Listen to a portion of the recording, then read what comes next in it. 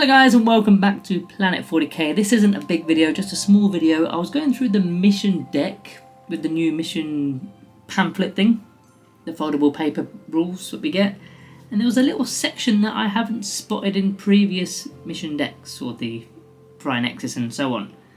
Now if you look in, I don't know what page it is, so I don't have it to hand, but there's a part where it says in Incursion mission, so the 1k games, advancing does not make a battle line unit ineligible to start an action, and starting an action does not make a battle line unit ineligible to shoot. Now of course this doesn't apply to tournament play, this doesn't apply to 2000 point games, Strike Force games. This is your friendly games, maybe you're at your local gaming clubs, you've got 1k tournaments, so it would apply to those tournaments. But what does this actually mean for us Necron players? I've got one little bit of synergy I just wanted to throw in here. I know that one of the previous videos we did all the top combos, and it is actually a combo in that video. So if you've not seen that video, go back and check it out. I'll put a link somewhere up here maybe.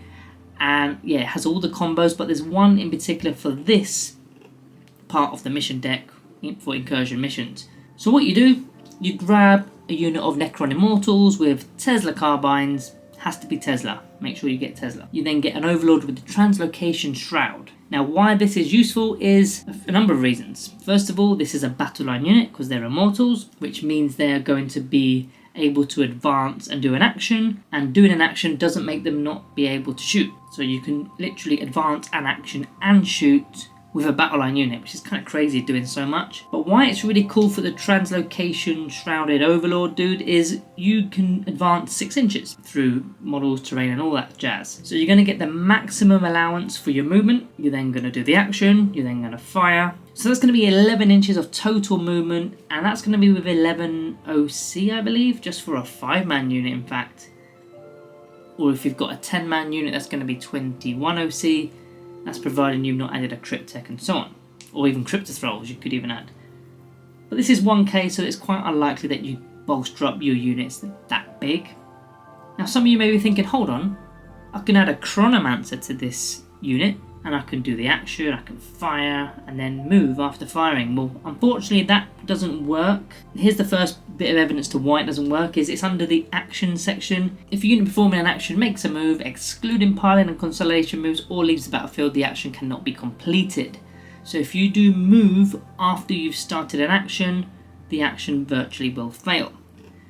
So now you may be thinking, well, you could argue I will move, then shoot, then move, and then do an action, because you haven't moved once the action has started happening.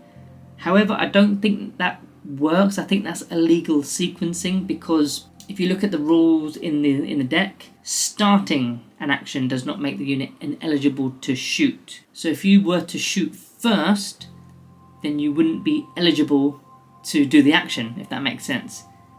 It's only when you do the action you're then eligible to shoot. I hope that makes sense. I'm not getting that out as clear as I want it. It's all to do with the wording and the exact order of things. But you need to do the shooting.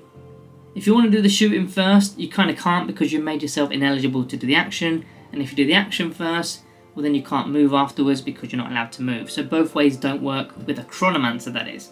Now one more thing to add, if you wanted to go back to the unit selection and you wanted to not use the Tesla Carbine, maybe you wanted the Gorse Blasters with the Immortals, or maybe you wanted Warriors with either of the Gorse Reapers or Gorse Flayers, you still could in the Awakened Dynasty with the Assault Stratagem, which is the Protocol of Sunstorm, to add Assault to the unit, and basically the same effects will apply. You could advance, do the action and fire. Still doable, but you need to spend a CP in order to do it with those units. But ideally you're going to stick to the Immortals with the Tesla Carbines, because you get it all naturally and it's all good. So guys, yeah, that is just a little update that I've spotted in the Incursion level games. Of course, if you're not playing Incursion level, then don't worry about this. There are some cards in the deck that have a very similar effect at 2k, but this is just naturally for all 1k games. So I thought it'd be quite interesting to share. And speaking of sharing, if you want to share this on your social media platforms, get your words out, please do so, and make sure you are liking and subscribing if you are new around here. Guys, I'll see you in the next one.